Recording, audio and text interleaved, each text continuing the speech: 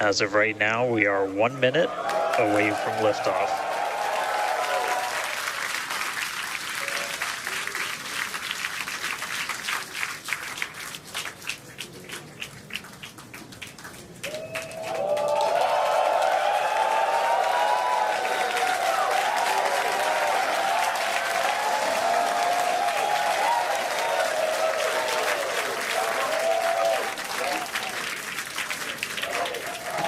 Flight directors go for launch.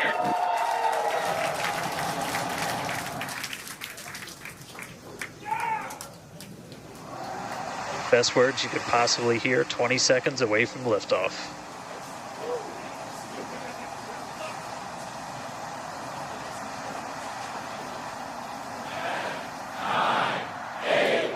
T-minus 5, 4, 3, 2, 1.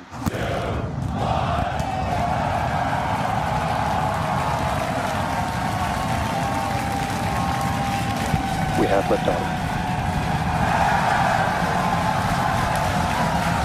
Vehicles pitching downrange.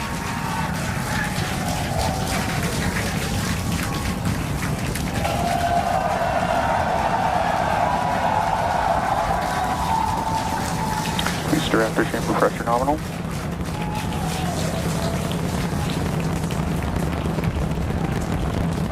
"30 seconds into the flight, the rumble's just starting to reach us here at launch control.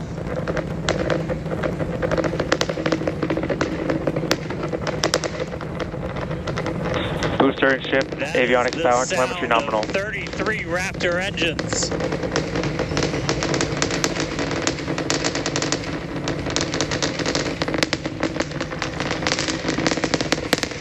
Max Q. Now pass through the maximum aerodynamic pressure, the most stress the vehicle's going to see on the way uphill.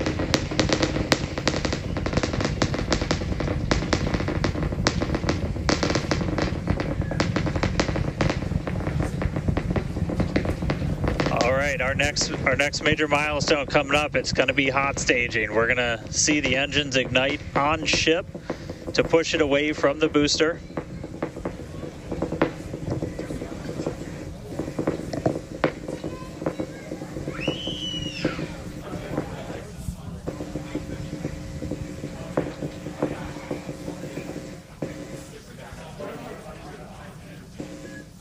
All right, so hot staging is going to be the next thing coming up. First, we're going to see the booster's engines start to shut down, all but 3.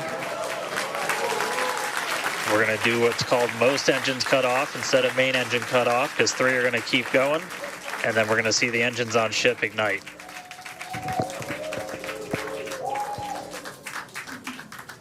Right now, the tower team is doing their go, no go.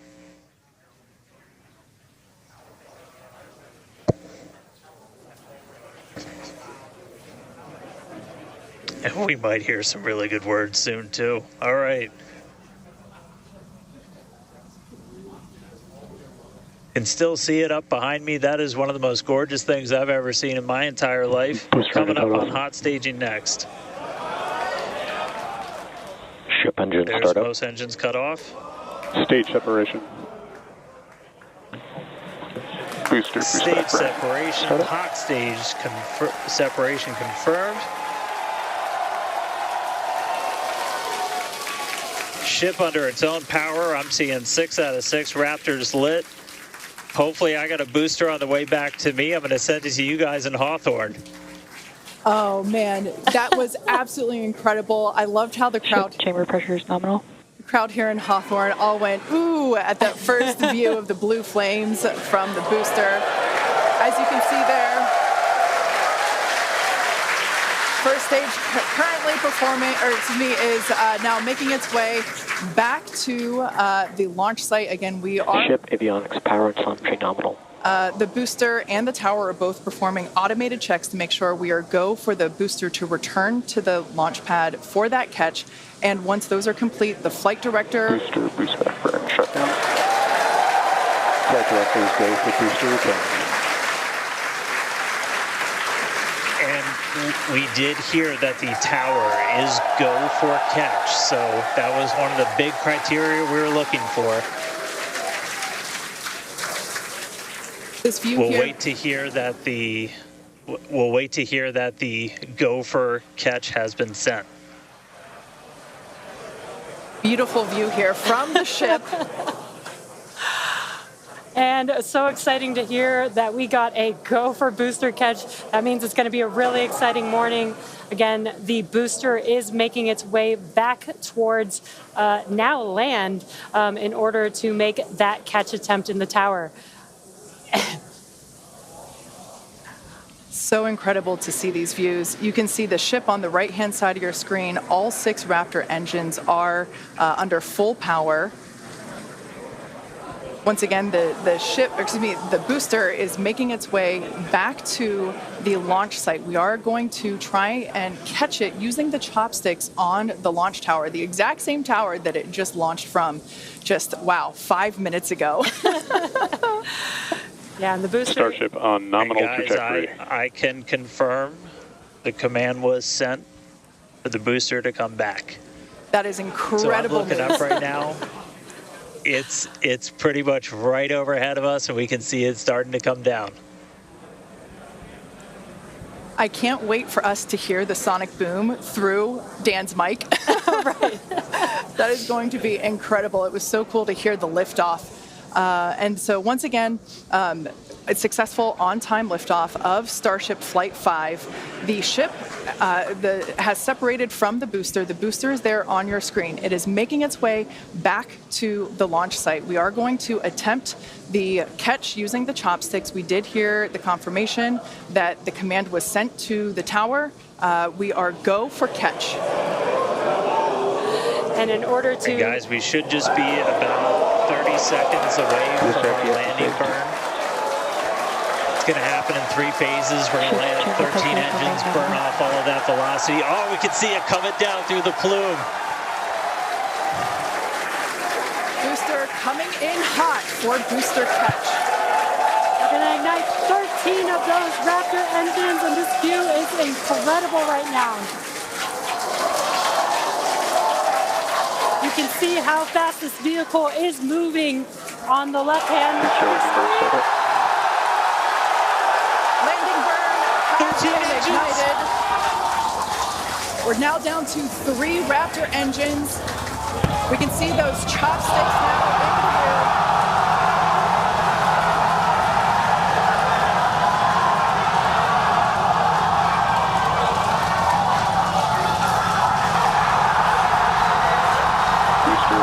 Shutdown.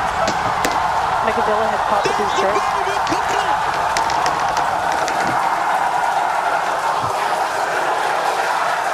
This is absolutely insane. On the first ever attempt, we have successfully caught the Super Heavy booster back at the launch tower. What an incredible view! Are you kidding me?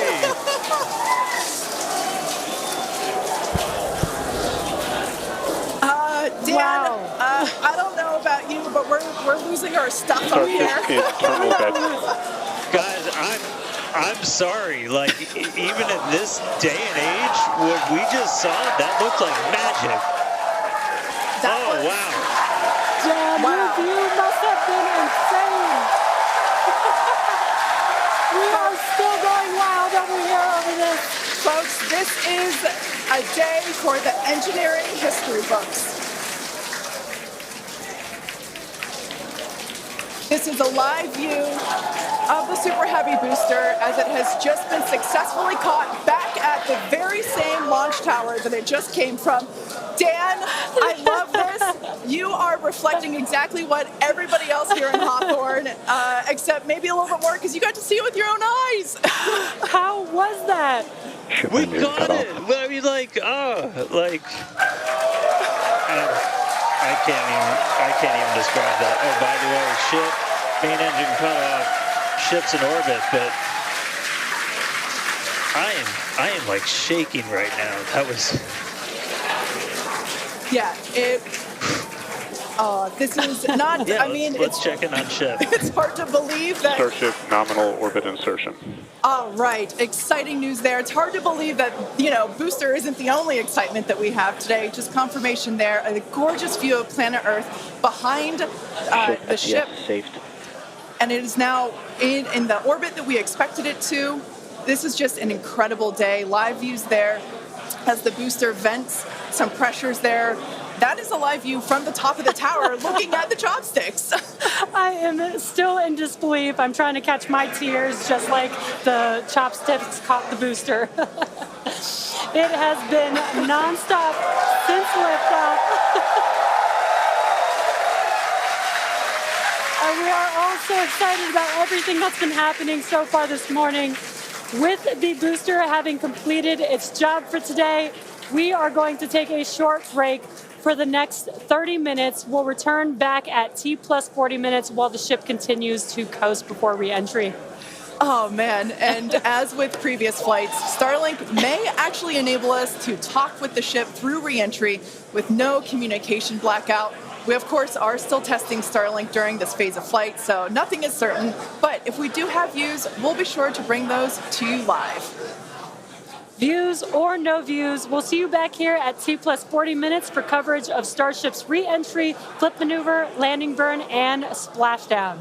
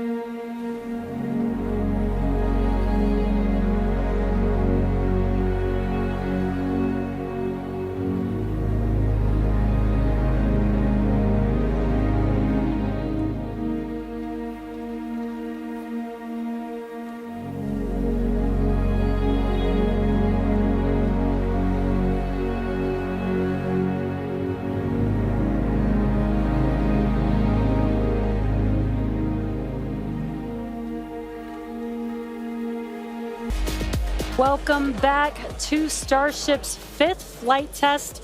It has been an exciting day so far. Even the crowd here is still so excited. We lifted off from Starbase at 7:25 a.m. Central Time. The Super Heavy booster and ship had a successful separation, as well as a good boost back burn and good separation of the hot stage adapter. The Super Heavy booster then completed the landing burn with 13 Raptor engines igniting and slowing down the vehicle perfectly for Mechazilla to catch the Super Heavy booster for the first ever land recovery of the vehicle.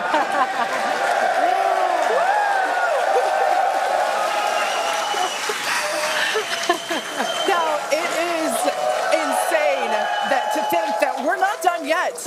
We still have, in about 48 minutes, the ship will re-enter. The flap, all the flaps that will today, not that could. The ship will re-enter the Earth's atmosphere. Now, as a reminder, one of the main goals of today's test flight is for the ship to make it through the extreme heat of re-entry and to do so in a controlled manner. We learned a lot about this phase during Flight 4 and, as a result, completely reworked the heat shield, but more on all that in just a minute. Now, re-entry is typically a portion of flight where we don't have communications with the spacecraft because re-entering, it'll be re-entering at about 8 kilometers per second, or about 5 miles per second of roughly orbital velocity. Now, those speeds, the spacecraft moving through the atmosphere results in friction and creates a plasma field around the vehicle. We saw this in action on Flight 4 thanks to Starlink, and wow, it was breathtaking. The blanket of plasma ends up distorting communication frequency, so it's not uncommon to experience brief blackouts in communication, but hopefully that's not the case today. And Kate, that's where Starlink has just kind of been just the unsung hero and the MVP of this test campaign. I mean, it's able to give us data, not just awesome video, but also data in real time as we're going through reentry. I mean, this is something that throughout the history of spaceflight just hasn't been possible. And this is an environment that is so unforgiving, so hard to model, so hard to understand. And for the first time ever, we're able to literally watch as it unfolds in real time, get that data in real time. And we're able to do that with Starlink. And it's great for us because we get to see something. We get to see the greatest light show on the planet or off the planet. But what it means for this program, we're able to learn tremendous amounts about our heat shield, our angle of attack, everything that we're doing as we're coming in through the atmosphere at hypersonic speeds. And it's you can't just thank it enough. And also, special shout out, you're going to see some additional flap camera views. We've got a really amazing team of avionics, cameras, electronics, software people who made all that possible. And so hopefully they're going to give us an even better show on the way in today as we're coming in at about 5 times the speed of sound. Yeah, those flaps, Dan, that you see there, that's what's helping. Starship is in a good attitude for entry, approaching the entry interface. And some good call-outs there, preparing for re-entry for Starship. And again, that's what Dan was mentioning, those flaps on the vehicle.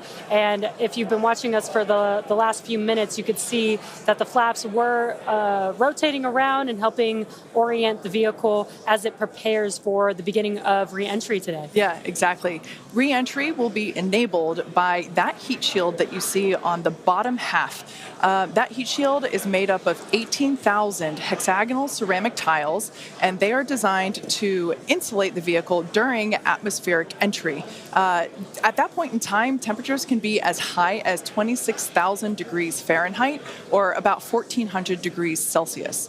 The design itself also permits for rapid reuse with no refurbishment between the flights. And fun fact that I think is just incredible in terms of scale, but the heat shield alone on the ship has a total mass of 10.5 tons, which is crazy because these things are really lightweight. They're made out of ceramic. We have a couple of them here. The one that I'm holding is used on flat surfaces, as let's see if we go that way, because as it's flat. The one that Jesse has is kind of more what you see there on the side. Yeah, exactly. And having these different shapes, the flat version and the curved version, allow us to cover a lot more of the surface area of the vehicle. Again, we need to protect every portion of it. So even those curved surfaces, and especially the hinge area, if you watched Flight 4, is really what we want to make sure that we protect. And yeah, Kate, these are very, very lightweight. But when you put 18,000 of them together, they add up to 10.5 tons, which is incredible. Now, we did mention earlier that the heat shield has been completely reworked. Starship has entered the atmosphere, remains on a nominal entry trajectory. We can start to see that plasma now starting to build up on the side. It's not quite full plasma yet, but we are starting to see that color indicate that the heat is building up on the heat shield. Yeah, this is such a cool sight to see because you really never really have gotten to see this live before Flight 4. Yeah. And as Kate mentioned, it's getting a little more red, as you can see there on your screen. That means that heat is building up. But that's exactly what these heat shield tiles are there for, is to protect against this plasma and this really, really extreme heat that the vehicle is going to see for about the next 10 more minutes or so. Yeah, so the ship will attempt to light the 3 center Raptor engines, and those are the engines that can gimbal or maneuver or point, and they do that to help flip the ship until the engines point down so that it can land using the Raptor's thrust in the ocean. So that will happen after we get through this re-entry period. Again, now starting to see. And we also might start to see the flaps actuate a little bit here as the vehicle controls its roll during re-entry. That was one of the main learning points from Flight 3 was the roll control didn't work quite as well as we wanted it to. We learned that we needed some redundancies. So we added more roll control thrusters, and we'll see those in action as well today, as that was a Flight 3 learning that worked better on Flight 4 and still enabling that same design today. Yeah. Starship has passed through 85 kilometers altitude. Flaps now have control of the vehicle. Great call out. As Kate mentioned, the flaps are controlling the attitude of the vehicle. And I love these views because it looks so calm. Everything is relative, right? So relative to this camera on the ship, it looks so calm and smooth, but the vehicle is traveling extremely fast. You can see the speed on the bottom right-hand corner of your screen. Starship is designed to land on Mars where there are no runways or other humans to help out. So we also want rapid reusability. So we're doing propulsive landing instead of a more traditional means like parachutes. And so we will use the engines on this vehicle to help slow the vehicle down for a vertical landing. Yeah. Now, entry is going to basically happen in 5 phases. The first is low drag. That lasts for about 3 minutes. Next is high heating, and that beginning when heating increases above the heat rate breakup limit. That lasts for about 10 minutes. We then have high dynamic pressure. Starship will continue to slow down and experience increased aerodynamic loads during that phase, and that will happen before reaching Mach 1, about a minute after. Starship is approaching the peak heating phase of entry, remains on a nominal trajectory. Okay, so that was phase 2 that he just called out that I was mentioning. After peak heating is that dynamic pressure around Mach 1, and that will last about a minute after leaving the hypersonic area, and then we go into subsonic, and then, of course, landing burn. Wow, what an incredible view. The colors are so amazing, and the colors actually also tell you a little bit about the temperature that the vehicle is seeing as well. So I think that's pretty cool that we get this amazing live visual. Speaking of live visual, the flap, we have more views, more cameras on board Starship, as Dan mentioned a few minutes ago. We are hoping that all 4 flaps will stay more intact than they did last time. We did make some changes to the design in order to help enable Starship this. is now experiencing peak heating, remains on a nominal entry trajectory. Great news there. that Starship is continuing along the path that we intended it to fly.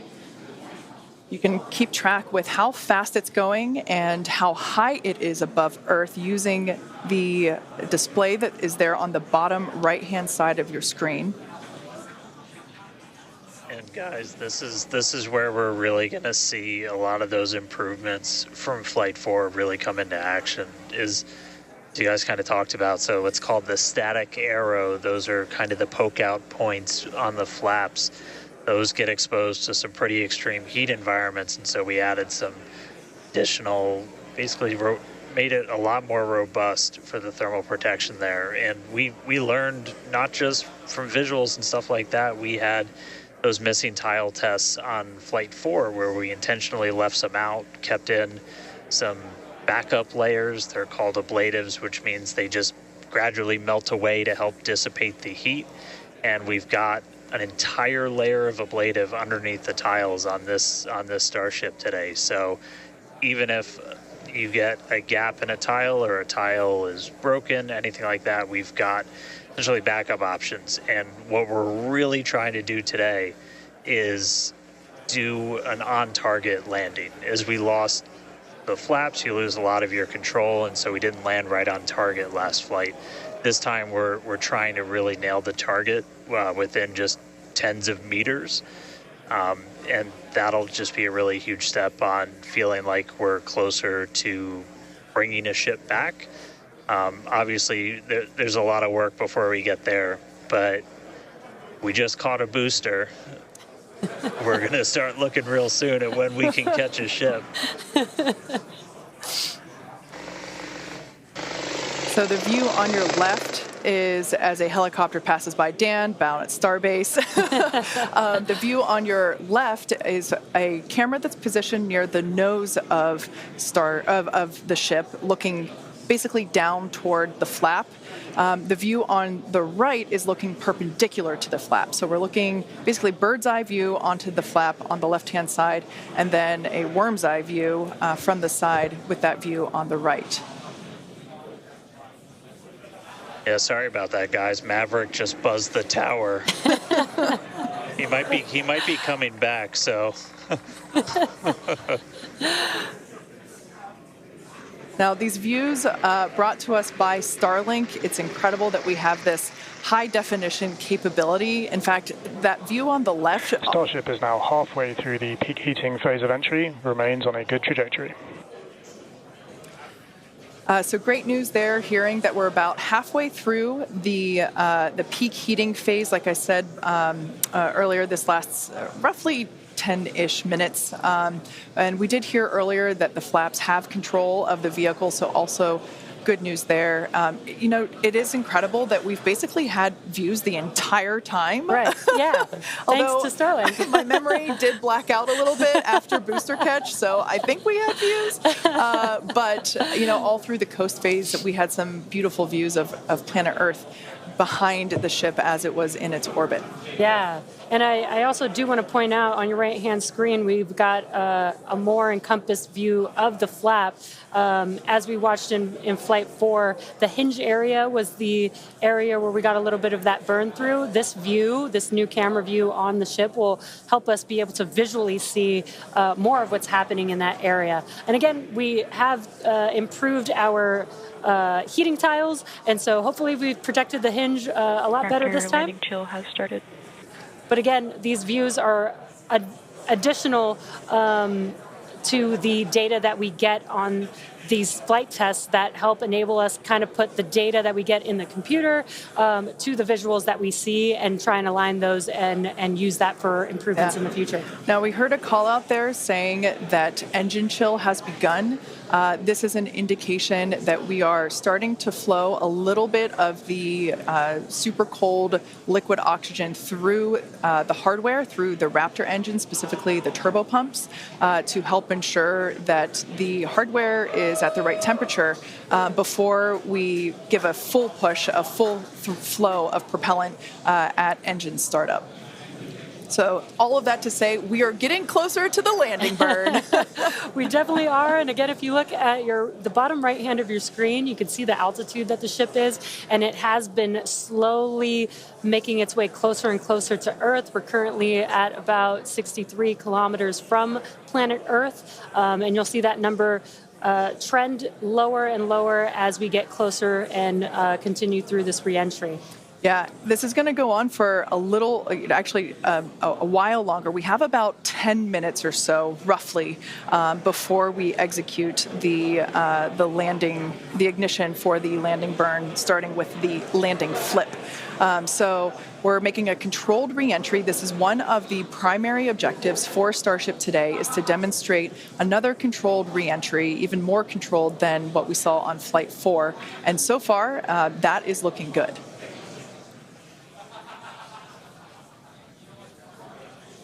And then as we start to really get lower, we're going to start seeing the atmosphere's effects start to take place, and that's when we'll be dropping our speed down closer to the speed of sound. You'll see the flaps start to maneuver.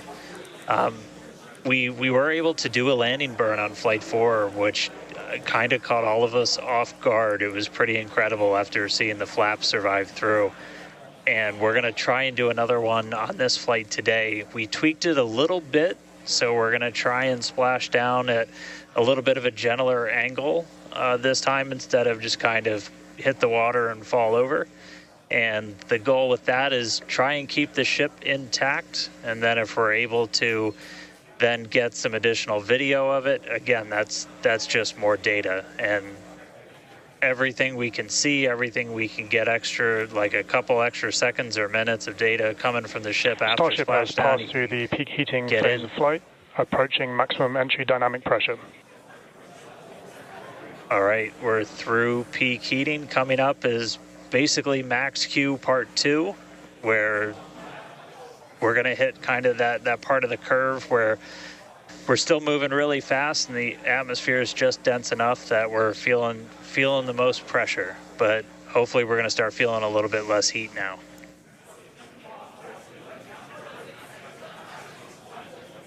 Looks like we got more views of each of the flaps on the ship as it's making its way back down to Earth.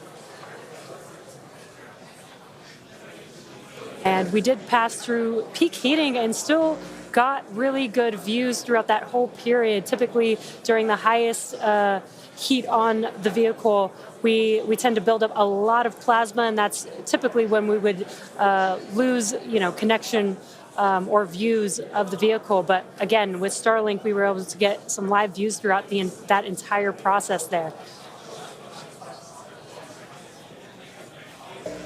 And we're coming up. We'll start hearing a couple more milestones in about 4 minutes or so, when we start getting down to like the transonic, the subsonic, when we're starting to move closer to and beneath the speed of sound. And I mean, we're getting live views, we're getting live data. We've got a couple additional tests on this one today where we left off some missing tiles again to test some additional backup layers. We also have, I don't know if we can still quite see them in this view, but you may have noticed we had some kind of silvery looking tiles on Starship as well. And those were pretty much standard tiles, but they were wrapped in aluminum.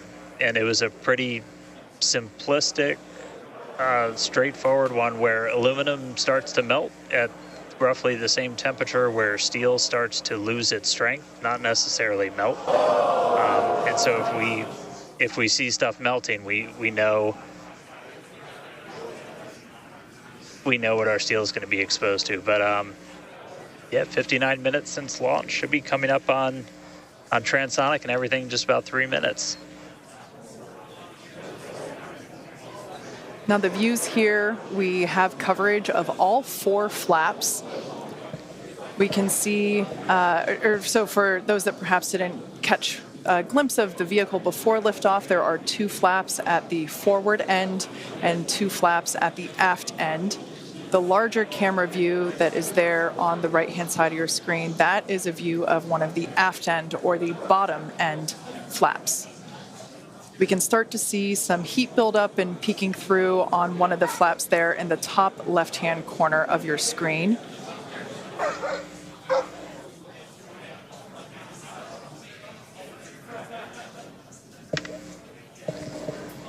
Once again, Starship now at T+1 hour and 9 seconds into its flight today, re-entering the Earth's atmosphere, currently about 45 kilometers above the surface of the Earth, now 44. We are targeting a soft splashdown in the Indian Ocean, about, northwest-ish of Australia, and we are attempting to, as we did on Flight 4, perform a flip maneuver as well as Starship is at maximum entry dynamic pressure, remains on a good trajectory. All right, so that is great news there. Like Dan said earlier, this is basically max Q part 2. So this is the greatest amount of aerodynamic loads that the vehicle will experience during its flight. It's coming back through the Earth's atmosphere. It was above the Earth's atmosphere in space where there was no friction. We can obviously see heat as evidence of that friction buildup. The atmosphere is actually helping to slow the vehicle down. If you're watching the telemetry in the bottom right-hand corner of your screen, you can see that speed decelerating rapidly.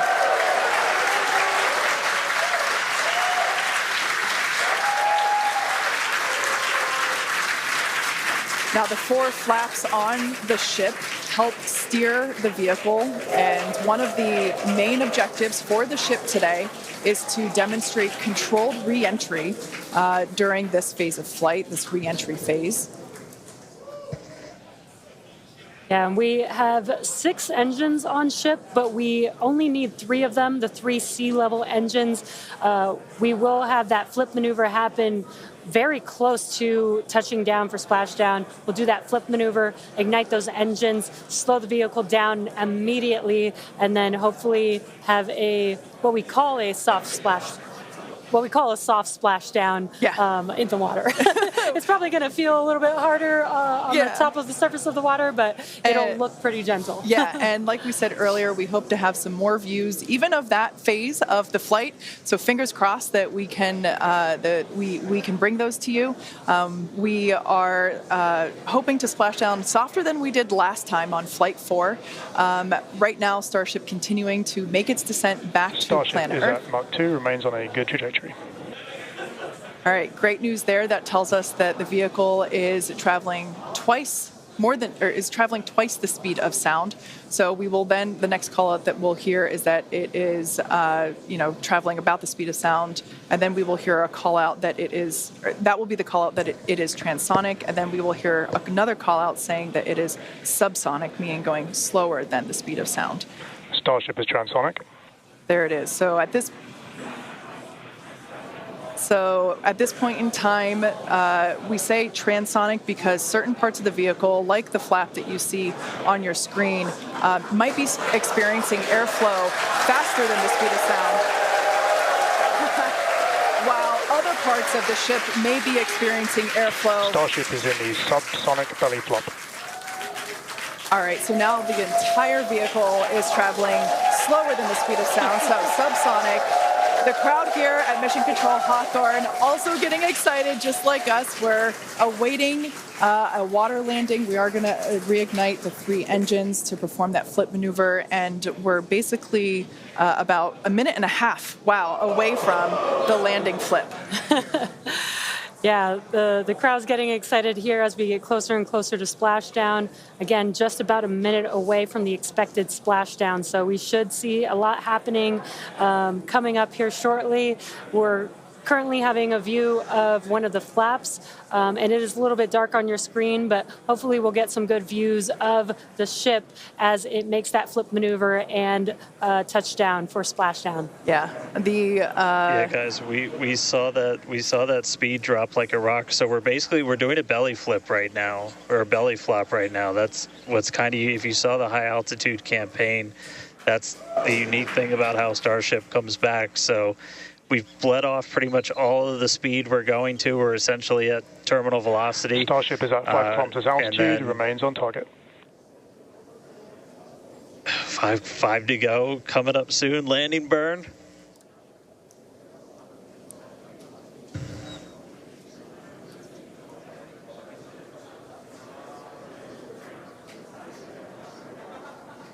Two kilometers away. Starship is on target, approaching landing burn startup. So keep an eye on the bottom right-hand side of your screen as well. That will be the indicator when the Raptor engines ignite, if we are unable to see that illumination ourselves. Landing burn startup. What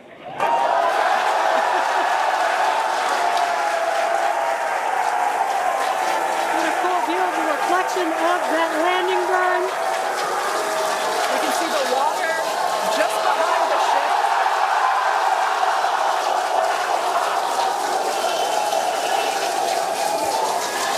Starship has landed. An incredible view. I think it is safe to say we have a ship in the water. Touchdown! That is a live view from the ocean surface. What an incredible end to Starship's journey. A live view from a buoy that we had out at the landing zone. An incredible view of ship landing just about on target as they were calling out. That was amazing. And we were not intending to recover any of the ship's hardware, so that was the best ending that we could have hoped for.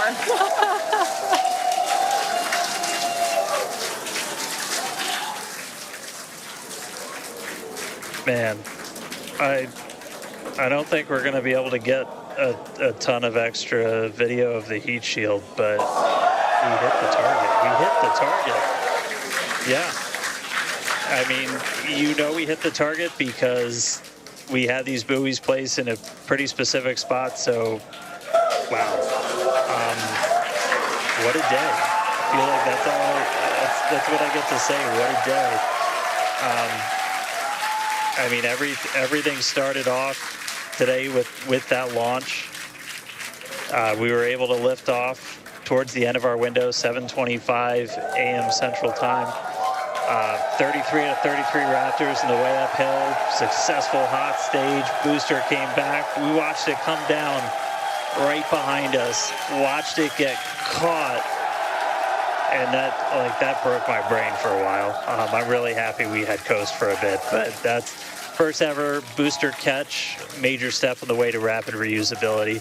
And ship just gave us one heck of a show, making it through a controlled re-entry this time, flaps intact, made it down to the water.